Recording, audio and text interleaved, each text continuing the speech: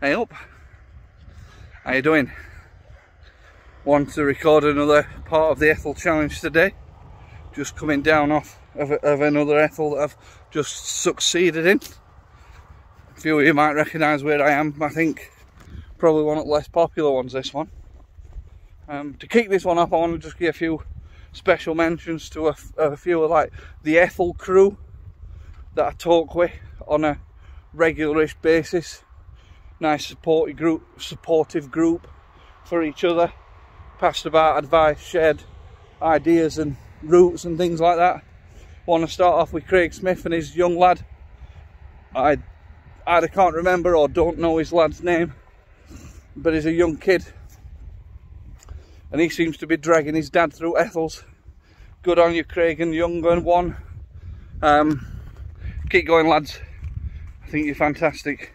Next up, I want to shout out to Simon Ferns and his lovely wife. Had a week off and knocked about 30 Ethel'rs out. Absolute colossal effort, team. Keep going. After that, another a mention for fellow Ethel'rs, Steve Ruffles. So me and Steve have been talking about Ethel'rs for a couple of months now. He's currently, I think he's having a little break from the Ethel'rs. He's currently making his own Bassetlaw trail. Following on YouTube, I'll put a link in the description below. Top dude, top geezer, and I'm hoping to get out for a walk with him some point soon. Next up is Ellie Kimpton and her dad Elliot. Me and Elliot are lifelong friends. Ellie's recently caught the Ethel bug and she's dragging her dad all over Peak District now, and she started her own YouTube channel to document her successes. So I'll put a link to her channel in the description below. She'd really appreciate some likes and subscribers. I think she's only 11 and she's doing a fantastic job. So well done, Ellie. The next one's a bit of a unique one. Emma Kinsella and a friend who I only know as Anna. I don't know her name. So those two are climbing all 95 Ethel'rs for charity, and they're dressing as Anna and Elsa from Frozen as they do it. Top stuff. If I can find it, I'll put a link to their donation page. They're doing it for Macmillan Cancer Charity, I think. What a fabulous thing to do. Marvellous. Keep it up, lasses. Well done. I don't want to go on about different people all day. Everyone who's doing Ethel challenge is doing it at their own pace for their own reasons, and I salute every single one here. But I got to give a special mention to Adam Everson. We talk almost every day. We had a little bit of banter about who we're going to hit all county tops first, and Adam's done it, so well done, Adam. You're fantastic, you're really inspirational, and some at roots and some at, I only wish I could walk as far as you can. This guy knocks 25 mile out like it's no, so well done, geezer, and I hope to catch up with you soon. So that's enough at shoutouts. I hope I've not bored you. We'll show you some more Ethel'rs now and how I'm getting on with them. Just spending an 84%. You might just be able to see Jodrell Bank. It's very windy. It's a shuttling slope. This is Ethel 49. We're just off of the Gritstone Trail here, and behind me is a transmitting tower of Croker Hill, and that's Ethel 50.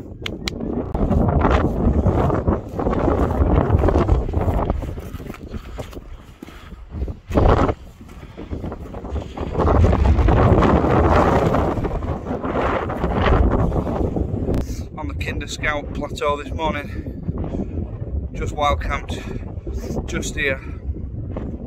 This is the third of the 4 6s. This is Grimslow North. This is Ethel 51.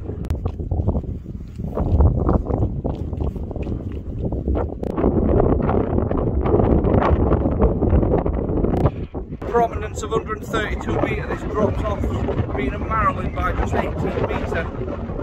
I'm at the summit of Wetton Hill, and this is Ethel 52.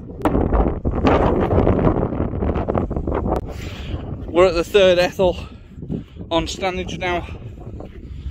This one sits the highest of the three, just a single metre higher than White Path Moss, sitting at 458 metres. This is the Trig Pillar at High Neb. This is Ethel 53. This often overlooked Ethel sits across from Win Hill, and it's one side of the dominating landscape above Lady Bower. And if we pan further round, we get to see Derwent Edge. There's actually two summits to this hill.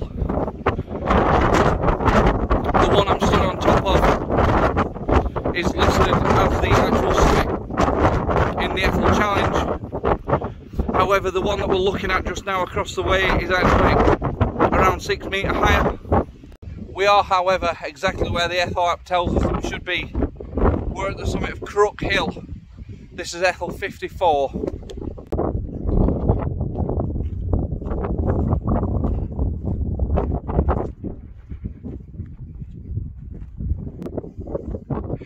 If there were an award for best named Ethel, this one would win it. It's debatable up there for best views from summit as well.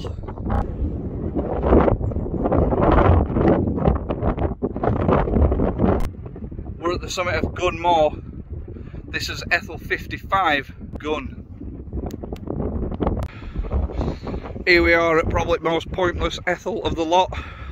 So this section of fence has actually been either removed or downed, so we actually might be able to get a little bit closer. You can see there where the path actually takes you. So as far as I'm concerned, I've not actually done anything wrong by getting here. This is the summit of Gowtry's Hill. This is Ethel 56.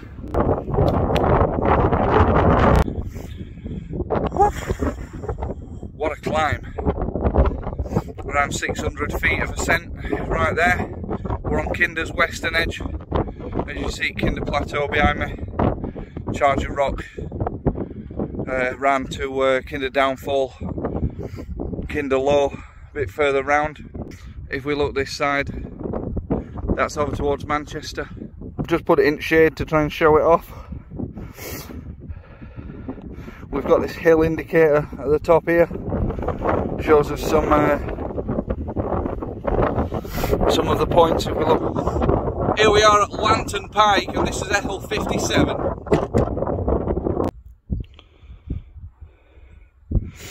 Here we are looking across at what would be Crow Mill if we could actually see it. And we see this little ridge here, and this brings us up to this summit. If it weren't as misty, I'd be able to show you some of these glorious views, but there's no secrets to where I am now. That ridge and that hill across there can only mean that I'm atop Park House Hill, and this is Ethel 58.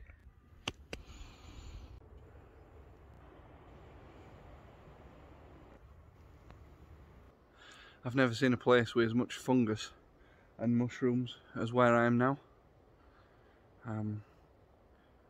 Luckily there is at least that to see, because there's absolutely no view from where I am in the middle of a forest. I know why this has been put in the Ethel Challenge. It's because it's the one that overlooks the Chatsworth estate, but getting here is difficult, and as I said, once you're up here you could just be in any generic woodland. There's nothing special about being up here at all. This biggest tree is the best thing we've got as a summit marker. There is actually a trig point about a mile that way, but it's significantly lower than where we are now. We're at the true summit of Lees Moor. This is Ethel 59.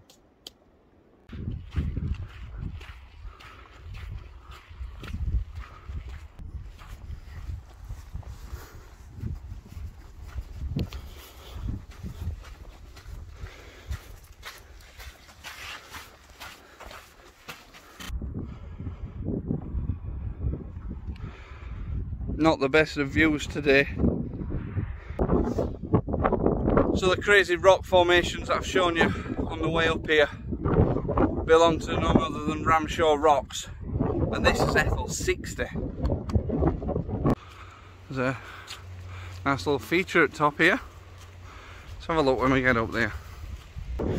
So this 6 metre high solid oak cross were gifted to the Catholics of Buxton in 1950 by the Duke of Devonshire. And from this summit, if you look centrally, I don't know whether the camera will pick it up, but we can see over to Grinlow. This is a very windy Cobra hill, And this is Ethel'rs 61. So while it's not the tallest Ethel in the challenge, this one's got some fantastic views and a lovely hill marker on top of it, which I'll show you in a second. There we go, and if we just have a look at a few things, Mount Tor, Kraken Edge, Chinley Churn, over the Wailing Moor, National Trust Peak District 7. Not the most epic of climbs.